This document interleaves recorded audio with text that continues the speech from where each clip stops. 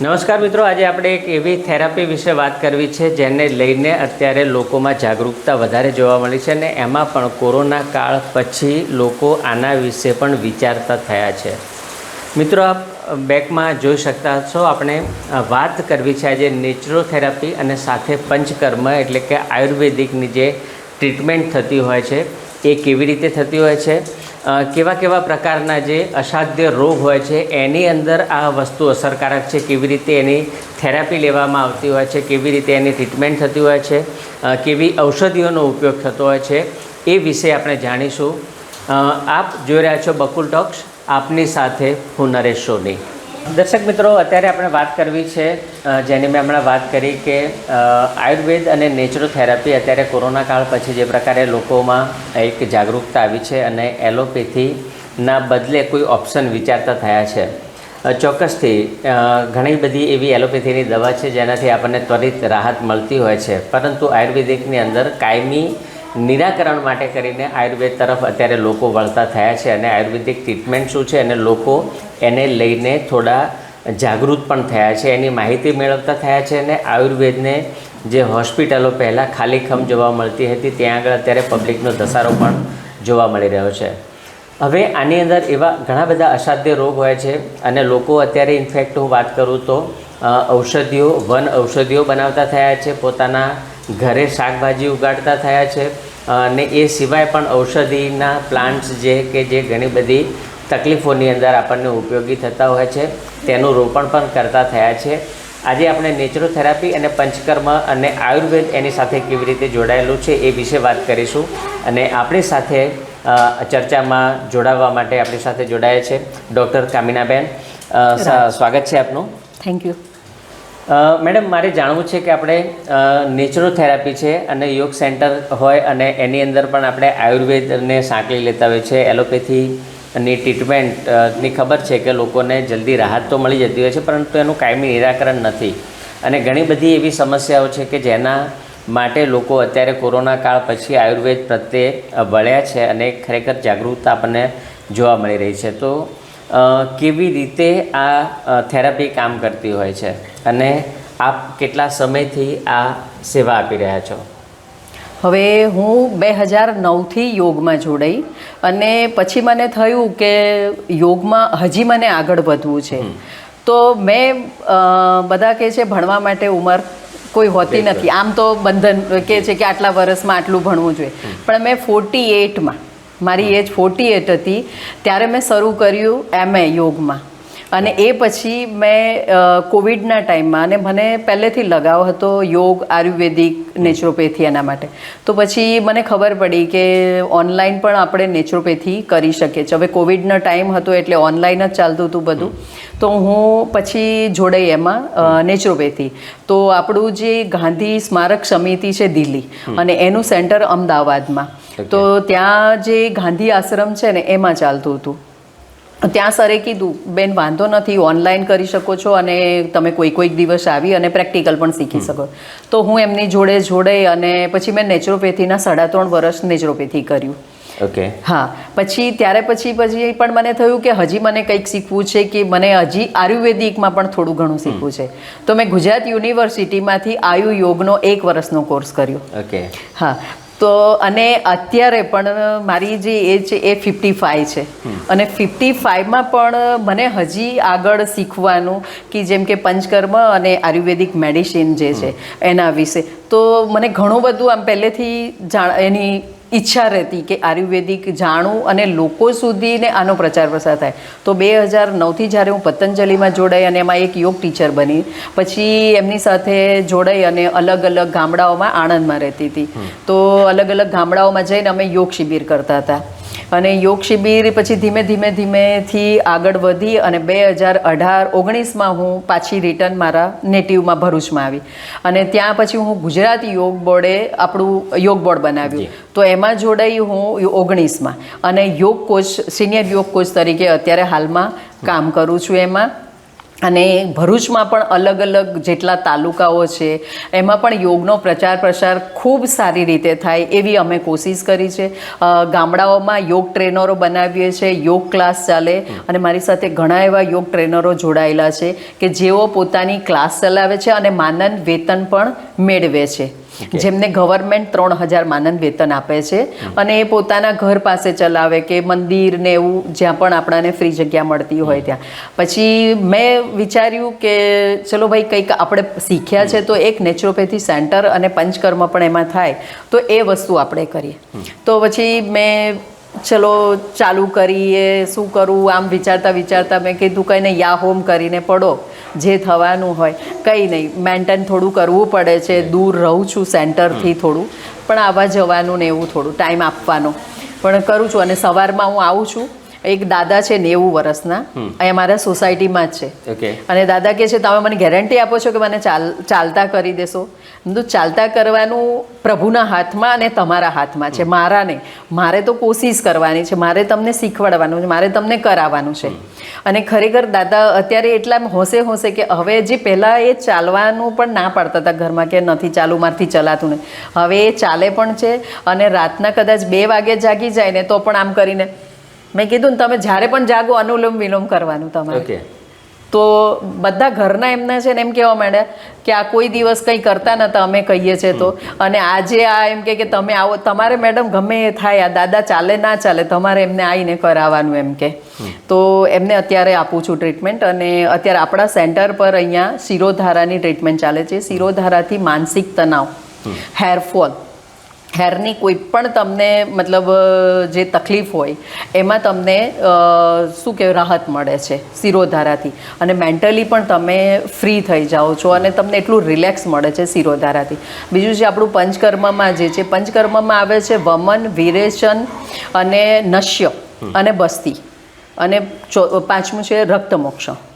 તો એ આપણે ટ્રીટમેન્ટ અહીંયા કરીએ છીએ. પંચકર્મની ટ્રીટમેન્ટમાં જે વમન જે છે એ અત્યારે આપણી શું કહેવાય કે આની જે વરસાદની સિઝનમાં વાયુ વકરે છે એવું કહેવાય છે, તો ત્યારે આપણે તો ખરેખર બસ્તી અને વિરેચન 2 વસ્તુ આપવાની હોય છે કે જેનાથી આપણો વાયુ શાંત થાય અને બોડીમાં જે પણ દુખાવા થતા હોય છે તો એ મટે છે. તો એ આપણે કરાવીએ છીએ. બીજી છે આપણી પાસે એક કાંસ્ય થાળી, જે પહેલાં આપણે લોકો કાંસાની વાડકીથી પગના તળવાની મસાજ કરતા હતા. તો એનાથી શું બોડીની ગરમી, આંખોની ગરમી, એ મસાજ માટે જે આપણે વાડકી યુઝ કરીએ તો એની સાથે કોઈ મટીરિયલ પણ લેવાનું કે ખાલી? હા, લેવાનું. તો એ વાડકીની સાથે છે ને ઘી લેવાનું હોય છે દેશી. ધારો કે તમારી પાસે દેશી ઘી નથી તો સરસવનું તેલ, અને એવું કહેવાય છે કે ઘી જે છે એ વાત, પિત્ત અને શું કહેવાય આપણી જે કફ પ્રકૃતિ, 3 પ્રકૃતિ છે આપણી, 3 પ્રકૃતિમાં એ આપણાને ઘી કરી શકે છે. જ્યારે વાયુ પ્રકૃતિ હોય ત્યારે આપણે સરસવનું તેલ વાપરવાનું. પછી શું કહેવાય કે જેને પિત્ત પ્રકૃતિ છે તો એના માટે તમે તલનું તેલ યુઝ કરો અને ગાયનું ઘી, ખાસ તો દેશી ગાયનું ઘી તમે યુઝ કરો તો વધારે સારું એનું રિઝલ્ટ મળે છે. પણ હવે શું છે કે લોકોને કરવાનું કંટાળો આવે છે, તો આપણે શું હવે જેમ જેમ સંશોધન થતું રહે છે અને એનું કાંસા થાળી મશીન આવ્યું અને આપણે હવે એને કાંસા થાળી મશીન આપણે વસાવ્યું છે. એના પર આપણે બેસવાનું છે. એક થાળી આવે છે ને વાડકી આવે છે, બેસવાનું, બંને પગ તમારા મૂકી દેવાના, 10 મિનિટ તમારું એ મસાજ થાય છે. અને એ ટ્રીટમેન્ટ પણ આપણે આપણા સેન્ટરમાં ચાલુ કરી છે હવે. તો એનાથી ઘણું સારું એવું રિઝલ્ટ મળે છે એસિડિટીમાં. આપની વાત ઉપરથી મારા 2 સવાલ કે આપણે એક 90 વર્ષના દાદાની જે વાત કરી, એમને શું પ્રોબ્લેમ હતો અને એ નહોતા ચાલી શકતા, અને આ ઉંમરે અને એ ચાલતા થઈ શકે, અને એમના પરિવારમાંથી પણ જો આવી રીતે રિસ્પોન્સ મળતો હોય અને આપણી થેરાપીથી એને બેનિફિટ મળી રહ્યો છે, તો એવી શું તકલીફ હતી કે જેનું નિરાકરણ 90 વર્ષની ઉંમરમાં પણ કરી શકાય છે ને એ ચાલી શકે છે સારી રીતે? દાદાને છે ને એક તો હાર્ટમાં થોડું બ્લોકેજનું થોડું પ્રોબ્લેમ આવેલું, 90 વર્ષ છે એટલે થોડી તકલીફો તો આવવાની છે. સુગર છે એમનું. પછી એમને થોડુંક શું કહેવાય કે લીવરમાં પણ થોડું પ્રોબ્લેમ્સ છે.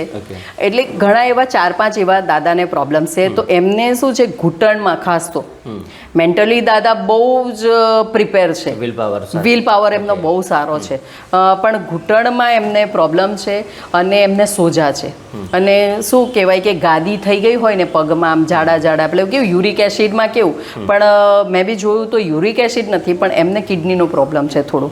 તો કિડનીના પ્રોબ્લેમના કારણે શું કહેવાય કે પગ લટકતા રહે તો પાણી નીચે ઉતરે છે. આપણે આમ કરીને દબાવીશું તો ખાડો પડી જશે, જેને એ પ્રોબ્લેમ હોય તે. પછી એમને મેં થોડું સુગર પાવડર અને હાર્ટ બ્લોકેજનો પાવડર અમે ચાલુ કર્યો છે, આયુર્વેદિક દવા છે. અને યોગ પ્રાણાયામ જે દાદાએ ઘણા વર્ષો પહેલાં કરતા હતા અને પછી તો મૂકી દીધું કે કંઈ કરવું નથી, છોડો ને હવે એમ. પણ અત્યારે હાલના સમયમાં દાદા કે તમે આવો કે ના આવો ને, હું પણ 2 વાગે આંખ ખુલે તો 2 વાગે, 6 વાગે આંખ ખુલે તો 6 વાગે હું અનુલોમ વિલોમ કરી લઉં છું. એટલે એમને ઘણું અત્યારે સારું છે. તો આટલી એમની ઘણી તકલીફ હતી, પણ ધીમે ધીમે હવે ઘરમાં ને બહાર પણ મેં કીધું નહીં ચાલવાનું છે. મને કે ના બહાર નથી જવું, હું પડી જઈશ.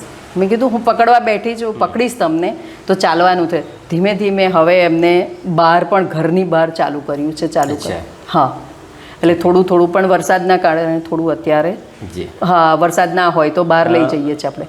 વાત, પિત્ત અને કફ 3 પ્રકારની પ્રકૃતિ જેના કારણે આપણે મનુષ્ય શરીરની અંદર રોગો ઉદ્ભવતા હોય છે.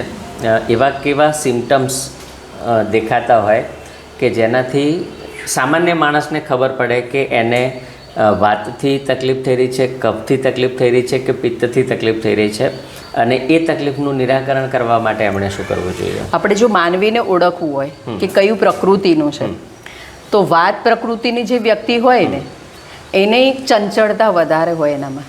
એ ઠરીને કોઈ દિવસ કંઈ બેસે ને, કંઈક જલ્દી કંઈક બી મતલબ, અને ડિસિઝન ફટાફટ એમના નિર્ણયો બદલાતા રહે. આ કર્યું, ચાલ છોડ, આ કરું, પેલું કરું, એવું હોય. પિત્ત પ્રકૃતિ મધ્યમ હોય, એને આમ કે ચલો કરીએ છે આમ. અને કફ પ્રકૃતિ છે ને, થાય તો પણ શું, ના થાય તો પણ શું, એવી કફ પ્રકૃતિ હોય છે. થાય છે તો શરીર ઉપર એના શું સિમ્પટમ્સ એના કંઈ દેખાય? તો હા, વાત પ્રકૃતિ હોય ને એને જેટલા આપણા જોઈન્ટ્સ હોય, બ્લડ એના બ્લડમાં અને જોઈન્ટ્સમાં પેઇન થાય, એને વધી જાય. જ્યારે વાત પ્રકૃતિ હોય એનું વાયુ બોડીની અંદર વધે તો એને દુખાવો વધી જાય બોડીની અંદર. એમાં સાયટિકા છે, ઘૂંટણના પ્રોબ્લેમ છે, કમરના પ્રોબ્લેમ છે, પછી સર્વાઇકલ છે. આ બધા વાત પ્રકૃતિવાળાને જલ્દી થાય. અને જેની પિત્ત પ્રકૃતિ હોય એને ચામડીના ડિસીઝ થાય, મતલબ ચામડીના રોગો પિત્ત પ્રકૃતિવાળાને જલ્દી થઈ જશે. હા, પછી જેમ કે શું ખરજવું, ખસ, પછી મસા, આ તે બધું. પછી એક બીજું બી છે કે જેને લીવર ફેટી થઈ જાય, તો ફેટી લીવરવાળાને મસા હોય ને તો એનું ફેટી લીવર થોડું તો હોય જ.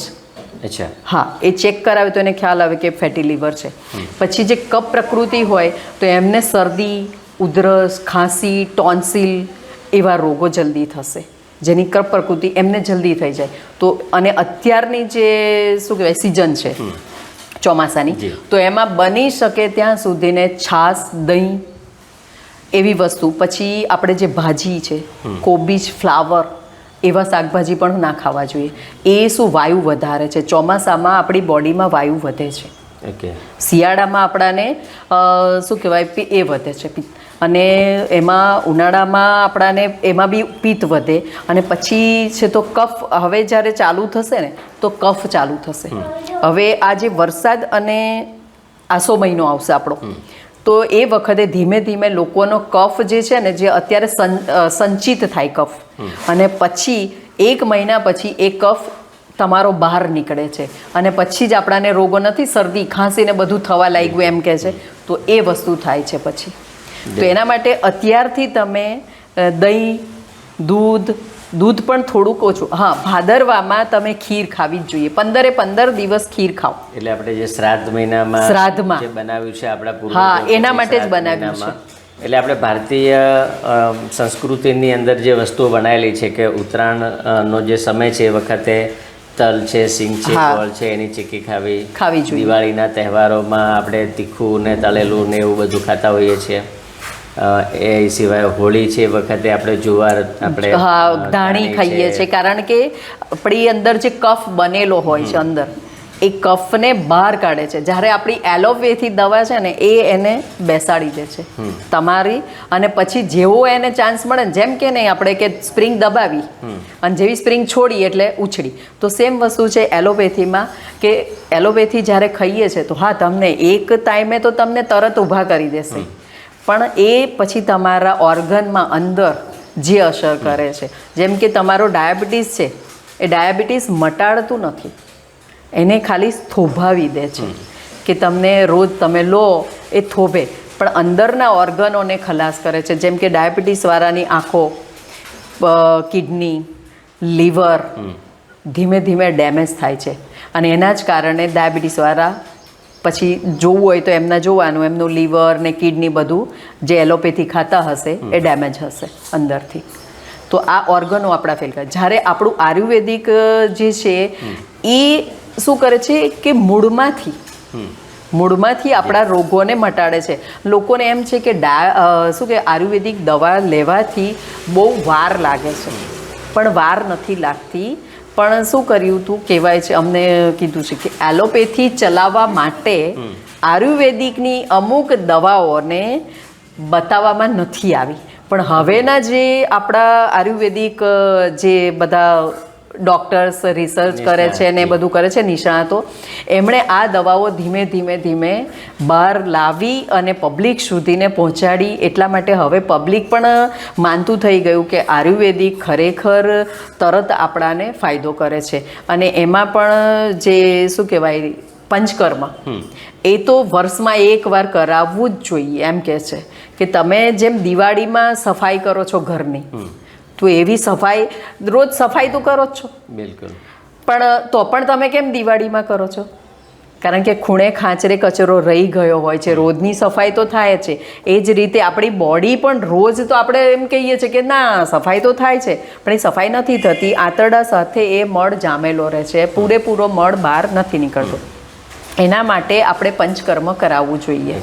અને એ જો આપણે નહીં કરાવીએ તો આંતરડા સાથેનો જે મળ જામી જાય છે, કારણ કે આપણો ખોરાક અત્યારનો ખોરાક ઓર્ગેનિક તો છે જ નહીં, ટોટલ દવાઓ અને એના વારો છે, કેમિકલ, અને બીજું છે કે આપણે વ્હાઈટ વસ્તુ, મેંદો, ખાંડ, એવી વસ્તુઓનો વધારે ઉપયોગ કરતા થઈ ગયા છે. એટલે મેંદો ખાઈએ છીએ તો મેંદો જે છે એ આપણા આંતરડાની જે સાઈડમાં જે આંતરડું બનેલું હોય એને જોવું જોઈએ આપણે, તો એના લેયર પર ચોંટી જાય મેંદો ચોંટી જાય છે એટલે તમારી જે પાચન શક્તિ જે થવું જોઈએ, આંતરડા શું છે શોષણ કરે છે, જે તમારો પચે છે ને પાચક રસ એનું શોષણ કરે છે.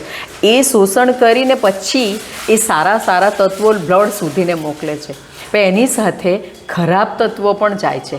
કારણ કે આપણી અંદર કચરો પડેલો છે, એ સાફ નથી થયો, તો કચરા સાથે જ પાચક રસો હોય છે. અને આંતરડું જે લોહીમાં મોકલે છે ને સારા રસો, એની સાથે ખરાબ રસ પણ જાય છે, અને લોહી વાટે એ ધીમે ધીમે હાર્ટમાં અને આપણા જેટલા બધા ઓર્ગન છે એમાં જાય છે, અને આપણા ઓર્ગન પછી ધીમે ધીમે કામ કરતાં મંદ પડે છે, એના કારણે આપણાને રોગ થાય છે.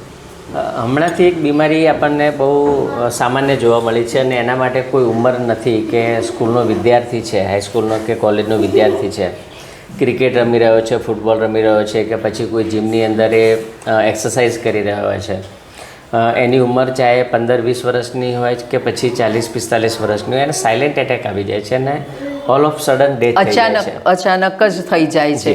એટલે એનું કારણ શું અને એનું કોઈ સોલ્યુશન ખરું કે કેમ, એના માટે ખાસ શું કાળજી રાખવી? કારણ કે આ જે તબક્કો છે એ કોરોના કાળ પછી આપણને વધારે જોવા મળી રહ્યો છે. એટલે શું આને કોરોનાની સાઈડ ઇફેક્ટ તરીકે કહી શકીએ કે પછી બીજી કોઈ એવી વાત એને અસર કરી રહી છે જેના કારણે આ પ્રકારેનું પરિસ્થિતિ આપણને જોવા મળે છે?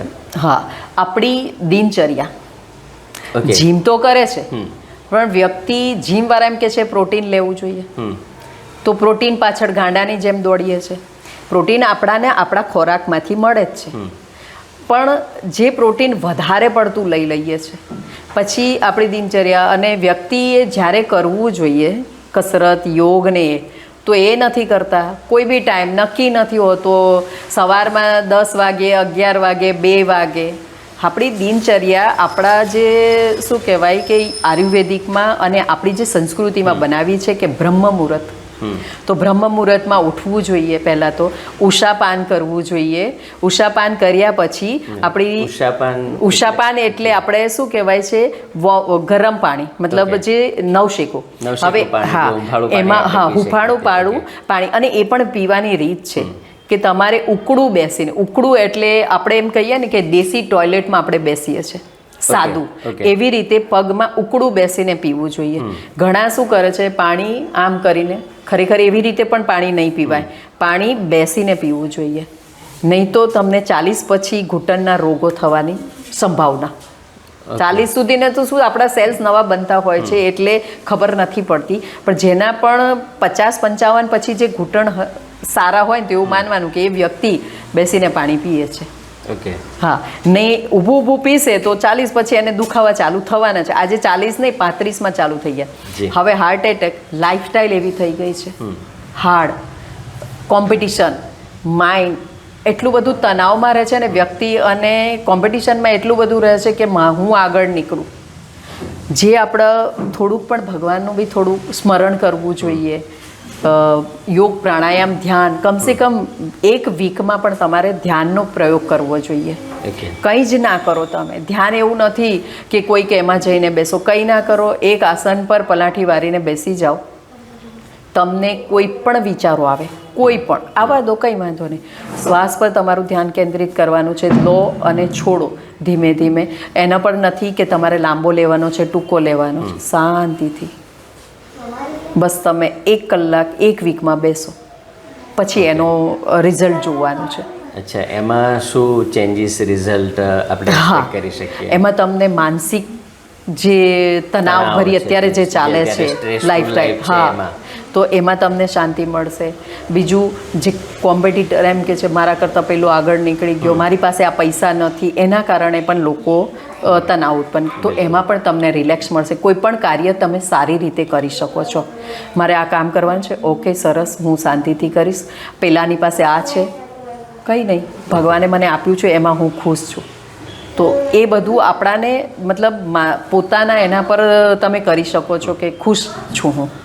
અહીંયા સેન્ટર ઉપર આપણે થેરાપી માટે જે લોકો આવે છે એમાં કેવા પ્રકારના લોકો આવે છે એ મારો નેક્સ્ટ સવાલ રહેશે. પણ એ પહેલાં મને એક બીજો સવાલ, જે આપણે શરૂઆત જ્યારે કરી એ વખતે આપે કહ્યું કે આપની જે એજ હતી અને આપે યોગની શરૂઆત કરી, તો એ વખતે ફેમિલી મેમ્બર્સ જે છે, આપના હસબન્ડ હશે, આપના સંતાન હશે, આપના સાસુ સસરા હશે, એમનું શું રિએક્શન હતું, એમના તરફથી કેવી પ્રતિક્રિયા હતી? ઘણી વખત એવું થતું હોય છે કે આપણે કોઈ નવો વિચાર અમલી કરીએ અને એના માટે એક ડગલું આગળ વધવાનો પ્રયત્ન કરતા હોઈએ, ત્યારે બહારના દુશ્મનો આપણે જે કહેતા હોઈએ છીએ કે જે લોકોની વિચારધારા આપણાથી ઓપોઝિટ છે, એના કરતાં વધારે શરૂઆત આપણા ઘરમાં જ આપણને મોટિવેટ કરવા માટેના પ્રયત્નો, રહેવા દે ને તારાથી નહીં થાય. આપણે નાના છોકરાને પણ કહીએ છીએ કે થોડા માર્ક ઓછા આવે, કંઈ પણ હોય, ડફોળને કંઈ ખબર જ નથી પડતી, બોઘા જેવો છે. જનરલી આપણે આપણા છોકરા માટે આ શબ્દોનો પ્રયોગ કરતા હોઈએ છીએ. એ ના કરવો જોઈએ, કારણ કે એના સબકોન્શિયસ માઇન્ડમાં એ વસ્તુ બેસી જાય છે. હવે આ ઉંમરે જ્યારે આપ આવી શરૂઆત કરો છો ત્યારે ફેમિલીમાંથી શું રિએક્શન હતું અને કેવી રીતે આપ એમાંથી બહાર નીકળ્યા, કે પછી એવો કોઈ પ્રસંગ કે જે આપની યાદગાર હોય કે જેના કારણે આપ આ લેવલ સુધી પહોંચી શક્યા? જ્યારે હું આમ તો યોગમાં ઇન્ટરેસ્ટ તો ઘણા ટાઈમથી હતો. આયુર્વેદિક યોગ વર્ષોથી આદત હતી કે બને ત્યાં સુધીને આયુર્વેદિક જ ઉપયોગ કરું. એલોપેથી મને યાદ નથી કે મેં એલોપેથી લીધી હોય અત્યારે. કોવિડના સમયે 18 દિવસ હું મારા પપ્પા સાથે રહી છું સિવિલમાં, પણ મારો પછી ઘરે આવી એ વખતનો જે શું કે અનુભવ, એ ખરેખર બહુ એમ એ છે કે ખરેખર જ્યારે કોવિડ હતું ને ત્યારે કોઈનું નથી. એ તો મેં માર કર્યું કે ઘરના ઇવન શું કહેવાય, મારા પતિ પણ એમ કહું તો ચાલે, એમાં કે એમને એટલું બધું એ થઈ ગયું હતું કે આ તો એના પપ્પા છે એટલે જવાની છે ત્યાં, આ જશે અને એને થશે તો મારું શું, આ વસ્તુ એમાં આવ્યું હતું. અને ખરેખર એ એટલા દિવસ સુધીને મને એમની ગાડીમાં નથી બેસાડી. આ ઇન્ટરવ્યુ કદાચ સાંભળશે, કોઈ વાંધો નથી, કોઈ વાંધો નથી, એમને ખબર છે એ વસ્તુની. જ્યારે યોગમાં તો એમને ખબર છે કે આને ઇન્ટરેસ્ટ છે. હું પહેલાં આહવા ડાંગમાં અમે રહેતા હતા, અને ત્યાં શ્રી શ્રી રવિશંકરજીની શિબિર થઈ હતી. એ અમે બંને અટેન્ડ કરી હતી, પણ એ ઓછું એ કરે. પછી જ્યારે અમે આણંદમાં આવ્યા તો આણંદમાં બાબા રામદેવ 2004માં આવ્યા હતા. તો મારા એક મામા મામી શિબિરમાં આવ્યા. મને કે ચાલ એક દિવસ બાળકોને લઈને આવવાનું. તો હું મારા બાળકને લઈને ત્યાં ગઈ અને અમે બેઠા. એ 2004માં થયું. સ્ટાર્ટિંગ અમે આણંદમાં ગયા એ વખતે. પછી ઘણા વર્ષો થઈ ગયા એ પછી તો, પણ તો પણ ઇન્ટરેસ્ટ તો હતો, પણ કોઈ કારણસર કે જે મને એટલું શું કહેવાય લાઈન આપણાને મળતી નહોતી. એક દિવસ મારી ફ્રેન્ડે કીધું કે ચલ હરિદ્વાર, એમ કે બાબા રામદેવની એમાં મારા એક ફ્રેન્ડ છે તો ત્યાં શિબિર 6 દિવસની થાય છે ને આપણે જઈએ. એ જ અરસામાં મારા મોટા ભાઈનું એક્સિડન્ટ થયું હતું ને એ દોઢ જ મહિનો થયો હતો. તો મેં મારા હસબન્ડ પાસે કીધું, મેં કીધું હું જાઉં, અને યંગ હતા ભાઈ, તો હું જાઉં તો મને શું કહેશે. તો મને કે તું ક્યાં અહીંયા ગાડી ફરવા થોડી જાય છે, કોઈ મોજ મજા નથી કરવા જતી, તું યોગ કરવા જાય છે તો જા એમ કે. અને ખરેખર હું ત્યાં ગઈ ને ત્યારે મને એમ થયું હતું કે હું લેટ છું, ઘણી લેટ છું, કારણ કે મારા ભાઈને હાઈ બીપી હતું થોડું. તો એ બીપીની દવા લેતા. તો મેં કીધું કદાચ એ ટાઈમે હું એમને કરી શકી હોત એ વર્ષે, એ વખત જો મને બધું આ વસ્તુ ખબર હોત તો. એટલે હું આ બાબતમાં હું ઘણી લેટ છું એમ કહેવાય. પણ મેં કીધું જાગ્યા ત્યાંથી સવાર. તો એમાં પછી મેં 2009માં ત્યાં શિબિર કરીને પછી ત્યાં બાબાએ કીધું કે તમે જોડાઓ, લોકો સુધી એનો પ્રચાર પ્રસાર કરો. તો શરૂ કર્યું. આણંદમાં આવી અને પછી કાર્યકર્તા તરીકે જોડાઈ. એ વખતે ઘણી સ્ટ્રગલ ઘરમાં કરવી પડી. પછી એવો કોઈ પ્રસંગ કે જે આપની યાદગાર હોય કે જેના કારણે આપ આ લેવલ સુધી પહોંચી શક્યા? જ્યારે હું આમ તો યોગમાં ઇન્ટરેસ્ટ તો ઘણા ટાઈમથી હતો. આયુર્વેદિક યોગ વર્ષોથી આદત હતી કે બને ત્યાં સુધીને આયુર્વેદિક જ ઉપયોગ કરવું. એલોપેથી મને યાદ નથી કે મેં એલોપેથી લીધી હોય અત્યારે. કોવિડના સમયે 18 દિવસ હું મારા પપ્પા સાથે રહી છું સિવિલમાં. પણ મારો પછી ઘરે આવી એ વખતનો જે શું કે અનુભવ એ ખરેખર બહુ એમ એ છે કે ખરેખર જ્યારે કોવિડ હતું ને ત્યારે કોઈનું નથી. એ તો મેં માર કર્યું કે ઘરના ઇવન શું કહેવાય મારા પતિ પણ એમ કહું તો ચાલે એમાં કે એમને એટલું બધું એ થઈ ગયું હતું કે આ તો એના પપ્પા છે એટલે જવાની છે ત્યાં, આ જશે અને એને થશે તો મારું શું. આ વસ્તુ એમાં આવ્યું હતું. અને ખરેખર એ એટલા દિવસ સુધીને મને એમની ગાડીમાં નથી બેસાડી. આ ઇન્ટરવ્યુ કદાચ એ સાંભળશે, કોઈ વાંધો નથી, કોઈ વાંધો નથી, એમને ખબર છે એ વસ્તુની. જ્યારે યોગમાં તો એમને ખબર છે કે આને ઇન્ટરેસ્ટ છે. હું પહેલાં આહવા ડાંગમાં અમે રહેતા હતા, અને ત્યાં શ્રી શ્રી રવિશંકરજીની શિબિર થઈ હતી. એ અમે બંને અટેન્ડ કરી હતી, પણ એ ઓછું એ કરે. પછી જ્યારે અમે આણંદમાં આવ્યા તો આણંદમાં બાબા રામદેવ 2004માં આવ્યા હતા. તો મારા એક મામા મામી શિબિરમાં આવ્યા. મને કે ચાલ એક દિવસ બાળકોને લઈને આવવાનું. તો હું મારા બાળકને લઈને ત્યાં ગઈ અને અમે બેઠા. એ 2004માં થયું. સ્ટાર્ટિંગ અમે આણંદમાં ગયા એ વખતે. પછી ઘણા વર્ષો થઈ ગયા એ પછી તો, પણ તો પણ ઇન્ટરેસ્ટ તો હતો, પણ કોઈ કારણસર કે જે મને એટલું શું કહેવાય લાઈન આપણાને મળતી નહોતી. એક દિવસ મારી ફ્રેન્ડે કીધું કે ચલ હરિદ્વાર, એમ કે બાબા રામદેવની એમાં મારા એક ફ્રેન્ડ છે તો ત્યાં શિબિર 6 દિવસની થાય છે ને આપણે જઈએ. એ જ અરસામાં મારા મોટા ભાઈનું એક્સિડન્ટ થયું હતું ને એ દોઢ જ મહિનો થયો હતો. તો મેં મારા હસબન્ડ પાસે કીધું, મેં કીધું હું જાઉં, અને યંગ હતા ભાઈ, તો હું જાઉં તો મને શું કહેશે. તો મને કે તું ક્યાં અહીંયા ગાડી ફરવા થોડી જાય છે, કોઈ મોજ મજા નથી કરવા જતી, તું યોગ કરવા જાય છે તો જા એમ કે. અને ખરેખર હું ત્યાં ગઈ ને ત્યારે મને એમ થયું હતું કે હું લેટ છું, ઘણી લેટ છું, કારણ કે મારા ભાઈને હાઈ બીપી હતું થોડું. તો એ બીપીની દવા લેતા. તો મેં કીધું કદાચ એ ટાઈમે હું એમને કરી શકી હોત એ વર્ષે, એ વખત જો મને બધું આ વસ્તુ ખબર હોત તો. એટલે હું આ બાબતમાં હું ઘણી લેટ છું એમ કહેવાય. પણ મેં કીધું જાગ્યા ત્યાંથી સવાર. તો એમાં પછી મેં 2009માં ત્યાં શિબિર કરીને પછી ત્યાં બાબાએ કીધું કે તમે જોડાઓ, લોકો સુધી એનો પ્રચાર પ્રસાર કરો. તો શરૂ કર્યું. આણંદમાં આવી અને પછી કાર્યકર્તા તરીકે જોડાઈ. એ વખતે ઘણી સ્ટ્રગલ ઘરમાં કરવી પડી કે એમનું શું કહેવાય કે થાળી સાચવવાની મેઇન પ્રોબ્લેમ હોય છે કે એમની થાળી સચવાઈ જાય તો કંઈ વાંધો ના આવે. તો એ બધું કરી અને શું કહેવાય કે શિબિર કરવાની. પણ નો ડાઉટ મારો દીકરો મને ઘણો સપોર્ટ રહ્યો છે કે મમ્મી જમવાનું ના બને, કંઈ વાંધો નહીં મમ્મી હું ખાઈ લઈશ. પછી મારે કોઈ જગ્યાએ શિબિર કરવા જવાનું હોય તો હસબન્ડ તો જોબ હોય તો ગાડી તો આપે મને. એટલું તો હું નસીબદાર હતી કે હસબન્ડ ગાડી તો આપતા હતા, સાથે ભલે નહીં આવે. હા, સપોર્ટ મારો ફૂલ ફેમિલીથી હતો. અને મારો દીકરો 4 વાગે મારી સાથે ગાડી લઈને આવે, ગાડીમાં સૂઈ જાય. મારી શિબિર પૂરી થાય, હું લોકો સાથે કોન્ટેક આ તે બધું વાતચીત કરે, બેન અમને આ પ્રોબ્લેમ છે, ફલાણો પ્રોબ્લેમ છે, અને એ પાછા અમે આવીએ પછી ઘરે જઈને પાછો સૂઈ જાય. અને એ જ રીતે જ્યારે બાબા 2011માં આવ્યા હતા શિબિર કરવા માટે આણંદમાં, ત્યારે પણ હસબન્ડનો સપોર્ટ સારો એવો હતો. અને દીકરો પણ સવારમાં 4 વાગે મને શિબિર સ્થળ પર લાવે અને એ પણ ત્યાં કરે, થોડું ઘણું કરતો હતો. અને પછી પાછો અમે ઘરે મને લઈએ, પાછો મૂકી અને જતો રહે, નજીક હતું એટલે પછી ફરી લેવા આવતો હતો. એટલે ઘણી એવી સેવા મેં 2018 સુધીને આણંદમાં રહી તો 2018 સુધીને કરી, પછી અત્યારે ભરૂચમાં કરું છું. એટલે પછી આ સેન્ટર માટે તો હસબન્ડ મને કહે છે કે તારે પૈસા વાપરવા કેટલા જોઈએ, 5,000 10,000 તો ઘેર બેસ અને જલસા કર ને હું તને આપું છું ને એમ કે. મેં તો પૈસા માટે નથી કરતી, મને આ ઇન્ટરેસ્ટ છે અને આ વસ્તુ લોકો સુધી પહોંચે હું એના માટે કરું છું. એવું નથી કે આમાંથી હું કમાણી કરીશ અને કંઈક મોટું કામ કરી લઈશ, એ નથી.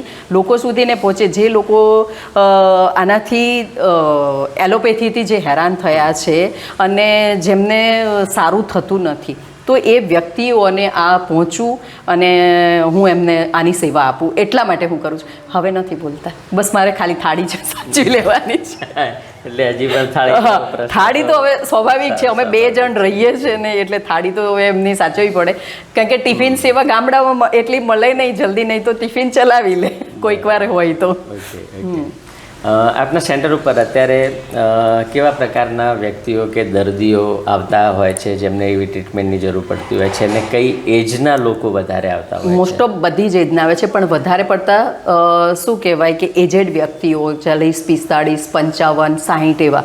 કારણ શું છે, સાયટિકાના પ્રોબ્લેમ અત્યારે ઘણા થાય છે અને એક બાજુનો પગ દુખતો હોય છે, પછી યુરિક એસિડ, તો યુરિક એસિડવાળા આવતા હોય છે. પછી શું કહેવાય, જે ઘણા તો એમ જ પણ અમારે બેન કંઈ નહીં, અમને થોડુંક રિલેક્સ થાય, પંચકર્મ કરવું છે, તો એવા પણ ઘણા બહેનો આવે છે અને પોતાનું બોડી શુદ્ધિકરણ કરાવીને જાય છે. બીજા જે છે ડાયાબિટીસ છે, હાર્ટનો પ્રોબ્લેમ હોય છે જેનો, એવા આવે છે. કમર માટેના આવે છે, તો કમરના દુખાવા થતા હોય છે, તો એના માટે સર્વાઇકલનો પ્રોબ્લેમ છે એક બેનને, તો એ પણ ઘણી જગ્યાએ જઈને આવ્યા. પહેલાં બધા ઓર્થોને ત્યાં જઈને આવ્યા, બધી જ દવા લઈને આવ્યા, પછી મને ઘરે મળવા આવ્યા, મને કે બેન મને આ થાય છે. મેં કીધું તમને ખબર તો હતી કે હું આ વસ્તુ કરું છું, આટલા વર્ષથી ક્લાસ ચલાવું, તો આવું જોઈએ.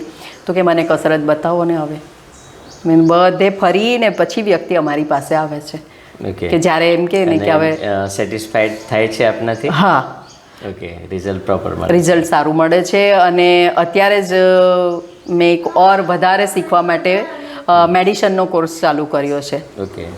અને એ જે સર છે દેહરાદૂનમાં, અને એમણે જે મને એક દવા આપી છે એ ખરેખર એનું રિઝલ્ટ મેં પોતે પણ મેળવ્યું અને હવે હું બીજા પર એનું ચાલુ કર્યું છે. એક પાણી જ બનાવવાનું હોય છે એનું. ઓકે. હા, એ પાવડર ફોર્મમાં આવે છે અને એનું આપણે પાણી બનાવવાનું છે. આયુર્વેદમાં? હા, આયુર્વેદ ટોટલ આયુર્વેદિક છે એ. અને આપણે જેમ ઉકાળા કહીએ છીએ તો ઉકાળા ટાઈપ જેવું એનું એક પાણી બનાવવાનું છે. અને એ પાણી તમે 8 ગ્લાસ પૂરેપૂરા દિવસમાં 1.5 કલાકે આપો તો કોઈ પણ ટાઈપનો મતલબ તાવ હોય છે, વાયરલ હોય કે શું કહેવાય મેલેરિયા હોય કે જે બી તાવ હોય નોર્મલ, તો એમાં તમને રાહત મળી જાય છે. ઓકે. ઘણા એવા કેસ છે કે જેમને એક જ દિવસમાં તાવ મટી ગયો છે. અચ્છા. હા, ને ઘણા 3 દિવસમાં પણ મટી જાય છે. જનરલી એલોપેથીમાં એવું છે કે 3 થી 5 દિવસ, એક વખત તાવ આવ્યો તમે દવા લો કે ના લો, 3 થી 5 દિવસ પછી તાવ ઉતરી જાય અને 3 થી 5 દિવસ તો રહે જ. હા, આ એક મેન્ટાલિટી છે, એમાં આ વસ્તુ વધારે કારગર સાબિત થઈ શકે. બહુ જ ખરેખર એનું રિઝલ્ટ બહુ સારું. અને એનું રિઝલ્ટ મેં ખુદ પોતે અનુભવ્યું છે કે એસિડિટીમાં મને રિઝલ્ટ મળ્યું છે એનું. ઓકે. હા, સવારમાં પાણી પીવો તો ઘણાને હશે કે ઉબકા આવીને નીકળી જતા હોય છે, પણ એ રિઝલ્ટ મેં સવારમાં ઉઠીને એ જ સીધું 1 ગ્લાસ પાણી પીધું. એટલે ઉબકા જે આવવાનું કારણ? પિત્ત આપણા ઓર્ગનમાં વધારે થઈ ગયું, અન્નનળીને ને આપણે જઠરાગ્નિને વધી ગયું હોય, અગ્નિ વધી ગયેલો હોય છે બોડીની અંદર, ત્યારે એ વસ્તુ આપણાને પાણી પીવો કે કંઈ પણ ખાવ ને તો એ બહાર નીકળી જાય, તમને ઉપકા આવતા હોય છે. તો એના માટે ખરેખર તો આપણી જે શુદ્ધિ ક્રિયા છે વમન, પણ વમનમાં તમારે 3-4 દિવસ કરવું પડે અને એના માટે ઘરે રહેવું પડે ને બધું, પણ આનાથી રાહત મળે છે થોડી. આ પાણી પીએ છે વમન અને વિરેચન કરીએ તો લગભગ હું માનું છું આખી બોડી આપણે એક વખત સર્વિસ થઈ ગયું છે. અને ત્રીજું બસ્તી, મેન છે બસ્તી આમાં. બરાબર. હા, તો એ બસ્તીથી તો તમારું કોઈ પણ રોગ હોય એમાં તમને મળે છે રિઝલ્ટ એનું. સેન્ટર ઉપર ખાસ જે આપણે વાત કરી તો 40 પછીની ઉંમરના લોકો વધારે આવે છે. હવે એ લોકોને કેવા પ્રકારની તકલીફો હોય છે? હમણાં આપણે ઘણા સમયથી માર્ક કરીએ છીએ કે આપણે બી એવા નાના એજના, સમજો કે 20-25 વર્ષની ઉંમર પણ હજી માર થઈ હશે, પરંતુ એને કમરનો પ્રોબ્લેમ છે, પછી આઈટી ફિલ્ડ અને જે લોકો એવા કામ સાથે સંકળાયેલા છે કે જેમને કોમ્પ્યુટર સ્ક્રીન પર સામે બેસી રહેવાનું થતું હોય છે, એ લોકોને સર્વાઇકલના પ્રોબ્લેમ થતા હોય છે. તો આવા પ્રોબ્લેમ ન થાય એના પ્રિકોશન માટે આપણે શું કરવું જોઈએ?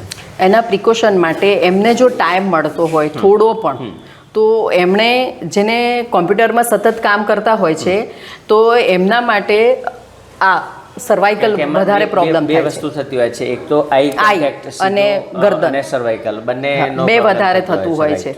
આઈ કોન્ટેક્ટ માટે તમારે એક આપણું આઈવોશ કપ આવે છે, એમાં ત્રિફળા પાણી તમે રાતના પલાળી દો, સવારમાં એને કપડાથી શું કે ગાળી લો, પછી એ આઈ વોશ કપ આવે છે આટલું નાનું, હા, એ કપમાં પાણી લઈ અને તમે આ રીતે પછી એ પાણીમાં આંખો પટક, મતલબ આપણે કહીએ છીએ પહેલા ત્રિફળાથી પાણી, ટેપ વોટર આપણે યુઝ કરીએ કે હા સાદું આપણું, હા, એને અંદર ત્રિફળા રાત્રે પલાળી દઈ, સવારમાં એને ગાળી, અને બીજું બી કરી શકે, ત્રિફળાનું પાણી જે રાત્રે પલાળ્યું એ મોંમાં તમે ગોલ ગોલ ફરાવો અને એની છાલક મારવાની. ઓકે. તો એનાથી તમારી જે આંખોમાં જે બધું નુકસાન જે થયું હોય કે સતત કામ કરતા હોય તો એને રિલેક્સ મળે છે.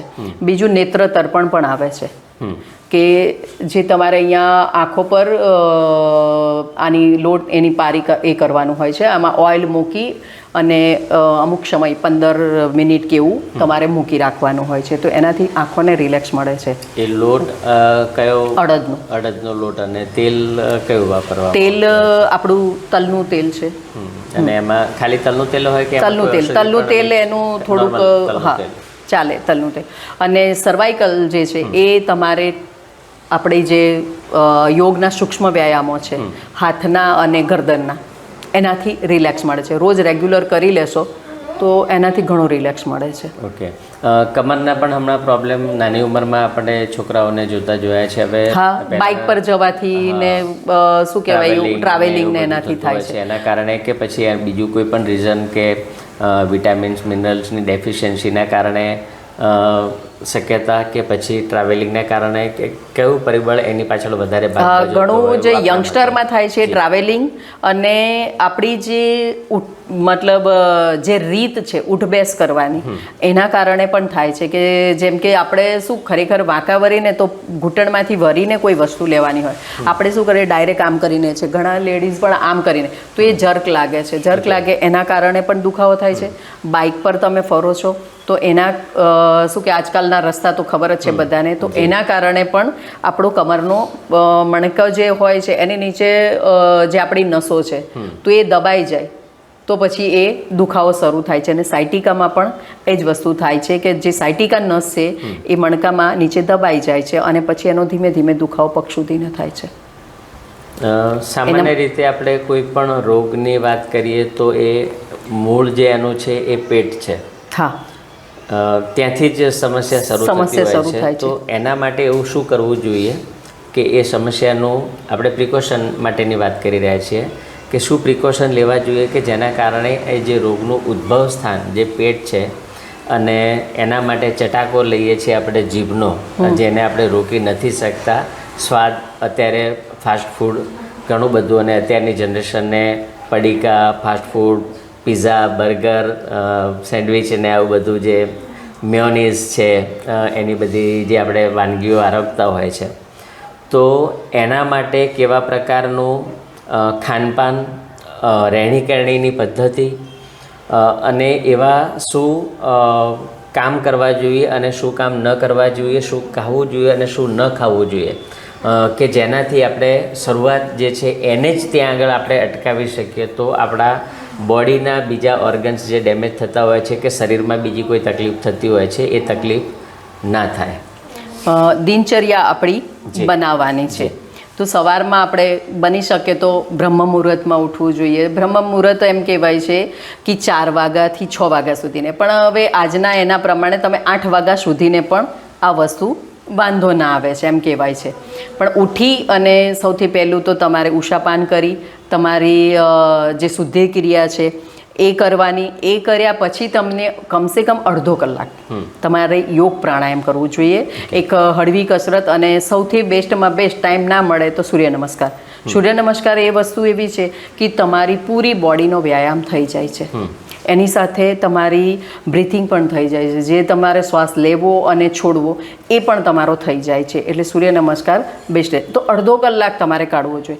આના પછી તમારે જે નાસ્તો આપણે લઈએ છીએ તો એવું કહેવાય છે કે સવારનો નાસ્તો જે રાજા જેવો હોવો જોઈએ. હા, અને પછી જે આપણે એમ કહેવાય છે કે રાતનું ભોજન છે ને એ આપણે રંક જેવું હોવું જોઈએ. તો આપણે શું કરીએ છીએ હવે, સવારમાં થોડું અને રાત્રે પછી થાળી ભરીને ખાઈ લઈએ છીએ ને એ પચતું નથી. અને કારણ કે પછી શું ખાઈને તરત સૂઈ જવાનું, ખાવાનું પણ 10-11 વાગે ખાઈએ છીએ. તો ખરેખર જમવાનો ટાઈમ છે, આપણી જે દિનચર્યા છે ને સૂર્ય સાથે સંકળાયેલી છે. તો સૂર્ય ઉગે છે ત્યારે આપણી પાચન શક્તિ તેજ થાય છે, તો એ પચી જાય છે.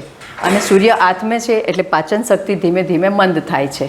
એટલા માટે જ એવું કહેવાયું છે કે 6 થી 7 વાગ્યા સુધીમાં આપણે જમી લેવું જોઈએ. પણ આપણે શું કરીએ, 10, 11, 12 આજકાલ એટલા શું કહેવાય પેલી ખાવ ગલ્લી ને એવું બધું હોય છે, તો લોકો 10, 11, અને એમાંય આપણા ગુજરાતમાં તો વધારે છે. એવું કહેવાય છે કે ગુજરાતમાં લોકો ખાવાના શોખીન વધારે છે. અને એમાં મેંદો, અજીનોમોટો એ સૌથી ખરાબમાં, જ્યાં બધે બેન્ડ છે ને આપણા શું કહેવાય ભારતમાં અજીનોમોટોનો ખૂબ પ્રચાર રીતે ખાય છે લોકો. ને ચાઇનીઝમાં અજીનોમોટો વિના તમને ટેસ્ટ એનો આવે જ નહીં ચાઇનીઝનો, એટલે અજીનોમોટો યુઝ થવાનો જ છે. અત્યારે કેચઅપ બને છે, કેચઅપમાં પણ એમ કહેવાય છે કે એવી જાતનું લિક્વિડ યુઝ થાય છે કે એનાથી તમને આમ એવું લાગે કેચઅપ છે, પણ જ્યારે એનું સંશોધન કરીને નીકળે તો હા, તો એટલું ખરાબ તત્વ જે છે એમાં.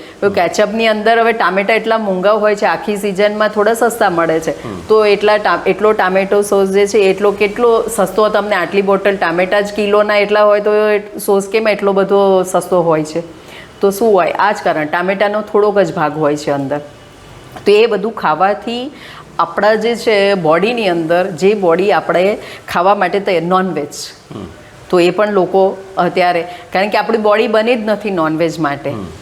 કારણ કે શું કહેવાય, જે જાનવર છે એને એ રીતના દાંત આપ્યા છે કે ફાડીને ખાય. આપણે ફાડીને નથી ખાવાનું, ભગવાને આપણાને આટલું બધું ખાવાનું આપ્યું છે, છતાં પણ લોકો એ ખાય છે. અને આપણું જે ખોરાક પચતા 3 કલાક લાગે છે, જ્યારે નોનવેજ પચતા ખરેખર 3 દિવસ લાગે છે એવું કહેવાય છે. તો એટલા માટે બને ત્યાં સુધીને રિક્વેસ્ટ કરીએ છીએ કે ભાઈ નોનવેજ ના ખાઓ તો વધુ સારું. ભગવાને આટલો બધો ખોરાક આપ્યો છે અને સિઝન પ્રમાણે ખાઓ. અત્યારે આપણે શું કહેવાય કે વરસાદની સિઝન છે, તો એમાં આપણે ચણાનું સત્તું કહીએ છીએ, તો એવું ખાવું જોઈએ. ઘઉંના લોટની સાથે, ઘઉંનો લોટ એકલો ના ખાવો, એની સાથે જવનો લોટ થોડો મિક્સ કરો અને જાડો લોટ થોડો ખાવો જોઈએ. આપણે બહુ ઝીણું દરેલું ખાઈએ છીએ તો એ આપણા આંતરડામાં ચોંટી જાય છે. તો આપણી જે દિનચર્યા આપણે સુધારવાની હોય છે, પાણીનો ઉપયોગ કરવાનો હોય છે, પાણી દિવસમાં પીવું જોઈએ, અને એ પણ ખાવાના કલાક પછી પીવું જોઈએ. આપણે સાથે પી લઈએ છીએ એટલે આપણી જઠરાગ્નિ મંદ થઈ જાય છે, અને ખોરાક પચવાની જગ્યાએ એના જે પાચક રસો છે એ મંદ થઈ જાય છે, પચતો નથી. ઓબેસિટી અને જે શરીરનું જે બંધારણ છે એમાં આપણને ઘણો બધો અત્યારની જનરેશનમાં જોઈએ તો નાની એજના છોકરાઓ આપણને બહુ ફેટી જોવા મળતા હોય છે, એટલે ચરબીનો એક થર આપણે જોતા હોઈએ છીએ. એટલે એના માટેનું એ શું પરિબળ, શું કારણ હોઈ શકે કે જેના કારણે? સૌથી પહેલું પરિબળ ફાસ્ટફૂડ. કારણ કે એમાં એવા તત્વો આવે છે કે એના કારણે તમારી બોડીમાં ચરબી વધે છે. બીજું પાચન સારું થતું નથી. આજકાલના બાળકો રમતા નથી બહાર, રમતા નથી મતલબ ગેમ રમે છે, મોબાઈલ રમે છે, પણ બહાર રમતા નથી. આપણે બાળકો બહાર રમવા જાય માટી લાગી ગઈ, કપડાં ગંદા થઈ ગયા એવું કહીએ છીએ. ને હવે લોકો એના માટે નેચરોથેરેપીમાં જઈ અને માટી ચિકિત્સા કરે છે. તો આપણા બાળક પહેલેથી જ માટીમાં રમતા હોય ને તો માટી ચિકિત્સા ઓટોમેટિક થઈ જાય છે. હજી પણ ગામડાઓમાં તો રમે છે બાળકો, પણ સિટીના બાળક તો માટી શું છે એ જ કદાચ એ લોકોને હવે તો ખબર નહીં. આપણે પરિવારની વાત કરીએ તો નોર્મલ પરિવારના જે છોકરાઓ હોય છે એમને ડસ્ટની એલર્જી હોય, અને જે કડિયા કામ કરતા હોય છે એમના છોકરાઓ માટીમાં જ રમતા હોય છે, એમને કશું થતું નથી. આ કોરોના કાળમાં પણ આપણે એ જ વસ્તુ નોટિસ કરી છે કે જે કડિયા કામ કરે છે, જે મજૂર વર્ગ છે, એ લોકોને કશું નથી થયું. પણ જે સુખી સંપન્ન છે અને મિડલ ક્લાસ કે હાયર મિડલ ક્લાસ કે જે પોતાને એક લેવલ ઉપર બતાવવા માગે છે, એ લોકોને જ આ બધી વસ્તુની વધારે ઇફેક્ટ થઈ છે. રોગ પ્રતિકારક શક્તિ એ એમનામાં નથી, કારણ કે આપણે જે આપણા પંચ તત્વો છે, વાયુ, આકાશ, જલ ને આ તત્વોમાં મોટા થાય છે. જ્યારે આપણા બાળકો બંધ એસીમાં, કારમાં તો એસીમાં, ઘરમાં તો એસીમાં, બધી જગ્યાએ એ જ રીતે, તો સૂર્યપ્રકાશ પણ આપણાને મળતો નથી, માટી પણ મળતી નથી. જે 5 તત્વોમાં આપણું શરીર બનેલું છે ને 5 તત્વોમાં જ જવાનું છે, એ 5 તત્વોના શરીરને એ તત્વો મળતા નથી. એટલે આપણી જે શું કહેવાય રોગ પ્રતિકારક શક્તિ બનવી જોઈએ એ આપણી બોડીમાં હોતી નથી, અને રોગો સામે એ જે છે એ લડી શકતા નથી. જ્યારે પેલા બાળક 5 તત્વોમાં જ મોટા થાય છે, એટલે એ રોગ પ્રતિકારક શક્તિ એમનામાં સારી હોય છે અને એ રોગો સામે લડી શકે છે. તો એ પબ્લિક માટે રોગ પ્રતિકારક શક્તિ વધારવી હોય તો એના માટે આયુર્વેદિકમાં, નેચરોથેરેપીમાં એવી કઈ વસ્તુનો ઉપયોગ કરવો કે દિનચર્યા કેવી રીતે કરવી, જે પ્રકારે આપણે વાત કરી એમાં તો ચોક્કસથી એના શરીરના બંધારણમાં ફેરફાર થાય, પણ ઇમ્યુનિટી બૂસ્ટ જ્યારે કરવાની વાત આવતી હોય છે તો એના માટે ખાસ શું પ્રયોગ? એના માટે આપણે જે ગળો છે, લીમડાની ગળો કહેવાય છે, હા, તો પછી એલોવેરા છે, તો એ વસ્તુથી બોડીની અંદર આપણી રોગ પ્રતિકારક શક્તિ વધે છે. એના ઉકાળા પીવડાવો, ટેબ્લેટ આપો, અને બાળકને તો નાનું હોય ને ત્યારથી જ એમને ખુલ્લા રમવા દો, થોડી હળવી કસરત કરાવડાવો, એની સાથે રમો. આજકાલ શું છે કે મા બાપ સાથે રમતા નથી, એ પણ મોબાઈલ લઈને બેસે ને બાળક પણ મોબાઈલ લઈને બેસે છે, એટલે એમની સાથે કોણ રમે? એટલે એની એક્ટિવિટી નથી થતી, બાળક રમતું નથી, શ્વાસોશ્વાસની ક્રિયા પણ એની નથી થતી. શ્વાસોશ્વાસની ક્રિયા તમે કરો તો તમારી રોગ પ્રતિકારક શક્તિ વધે છે. કપાલભાતિ કરો, અનુલોમ વિલોમ. અનુલોમ વિલોમ એવું કહેવાય છે આપણી બોડીની અંદર 72,000 નાડીઓને શુદ્ધ કરે છે. તો અનુલોમ વિલોમ એક એવું છે કે તમારો કોઈ પણ જાતનો રોગ હોય એમાં અનુલોમ વિલોમ, અને કોઈ પણ વ્યક્તિ કરી શકે છે. ઇવન એમ કહેવાય છે ને કે બેડમાં સૂતેલી વ્યક્તિને પણ તમે અનુલોમ વિલોમ કરાવો તો એનો રિઝલ્ટ મળે છે. એવી પદ્ધતિ નથી કે આ મુદ્રામાં જ બેસીને તમે આમ તો કહેવાય છે પ્રણવ મુદ્રા, કે આ 2 આંગળી આ રીતે વારી દેવાની હોય છે. આપણી આ 2 ઘણાની આમ પણ રહેશે, પણ કોઈ વાંધો નહીં શરૂઆતમાં. હવે આ અહીંયા ગાડી તમને ખેંચાણ પણ થશે, આ ખેંચાશે, કમ્પ્લીટ તમારી મુદ્રા હશે. આ પ્રણવ મુદ્રા કહેવાય છે. પણ ના થાય તો કંઈ નહીં, શરૂમાં તમે કરી શકો. તો તમારે જમણું નાક બંધ કરવાનું હોય આ રીતે, અને ડાબાથી તમારો શ્વાસ લેવાનો, પછી તમારું ડાબું નાક બંધ કરવાનું, જમણાથી શ્વાસ બહાર કાઢવાનો હોય, ફરીથી તમારે જમણા લેવાનું અને ડાબાએ બહાર કાઢવાનું. પૂરી સાયકલ જે લઈએ છીએ આપણે, એ ડાબે લીધું, જમણાએ છોડ્યું, જમણાએ લીધું, ડાબાએ છોડ્યું, એ સાયકલ જ્યારે પૂરી કરો છો ત્યારે પણ ડાબાએ જ પૂરી કરવાની. કારણ આપણી ચંદ્ર નાડી એ છે, અને એ ચંદ્ર નાડી એટલે ઠંડક આપે છે, શાંત કરે છે. જ્યારે સૂર્ય નાડી છે એ અગ્નિ છે, એટલે બોડીની અંદર અગ્નિ ઉત્પન્ન કરે છે. તમને ગુસ્સો ના આવતો હોય ને તો કરો તમે સૂર્ય નાડીથી પ્રાણાયામ, તો તમારી બોડીમાં ગરમી થશે. ચંદ્ર નાડી તમને શાંત કરશે. એટલા માટે જ અનુલોમ વિલોમ હંમેશા આપણે ચાલુ પણ ડાબેથી કરવાનું છે, અને પૂરું પણ ડાબાએથી જ કરવાનું છે. અનુલોમ વિલોમ એક પ્રાણાયામ એવું છે કે જે તમે જમ્યાના અડધા કલાક પછી પણ તમે કરી શકો છો. સૂતા સૂતા કદાચ દર્દી હોય સૂતા સૂતા કરી શકે, બેસીને પણ દર્દી કરી શકે છે. કપાલભાતિ એવું છે કે જે અમુકમાં નથી કરી શકાતું. બહુ કમરનો સિવિયર પ્રોબ્લેમ હોય તો એ ના કરી શકે. હાર્ટનો પ્રોબ્લેમ હોય કોઈને, હાઈ બીપી આવું તો પણ ના કરી શકે છે. પછી કોઈ ઓપરેશન કરાવ્યું હોય તો પણ કપાલભાતિ નહીં થાય. પીરિયડ ટાઈમમાં નહીં થાય. પ્રેગ્નેન્ટ લેડીથી નહીં થાય. તો હર્નિયા હોય તો કપાલભાતિ નહીં થાય. કપાલભાતિ પ્રાણાયામ નથી, એ શુદ્ધિ ક્રિયા છે. બોડીની શુદ્ધિ ક્રિયા છે, એ પ્રાણાયામ નથી ખરેખર. તો આ જે પ્રાણાયામ છે, ઘણા પ્રાણાયામ બીજા પણ છે આપણા, પણ જરૂરિયાત જે છે તો ભસ્તિકા પ્રાણાયામ, કપાલભાતિ, અનુલોમ વિલોમ, ઓમકાર અને આપણું જે ઉદ્ગીત પ્રાણાયામ, ઉજ્જાઈ પ્રાણાયામ જે થાઇરોઇડ અને ગળા માટે બહુ જ સારું છે. તો આપણા આટલા પ્રાણાયામ કરો, થોડા રેગ્યુલર રોજ ખાલી કપાલભાતિ, અનુલોમ વિલોમ કરો, સૂર્ય નમસ્કાર કરો, બહુ છે, ઇનફ છે. છેલ્લો પ્રશ્ન મારો આપને, અત્યારની જનરેશન અને જે પ્રકારે દિવસે દિવસે રોગોના પ્રકાર પણ બદલાતા જાય છે, આપણે જે પહેલાં સાંભળ્યા પણ ન હોય એવા રોગ અત્યારે આપણને જોવા મળી રહ્યા છે અને વૈજ્ઞાનિકો પણ અચરજ પામી રહ્યા છે અને એના માટે સંશોધન કરી રહ્યા છે.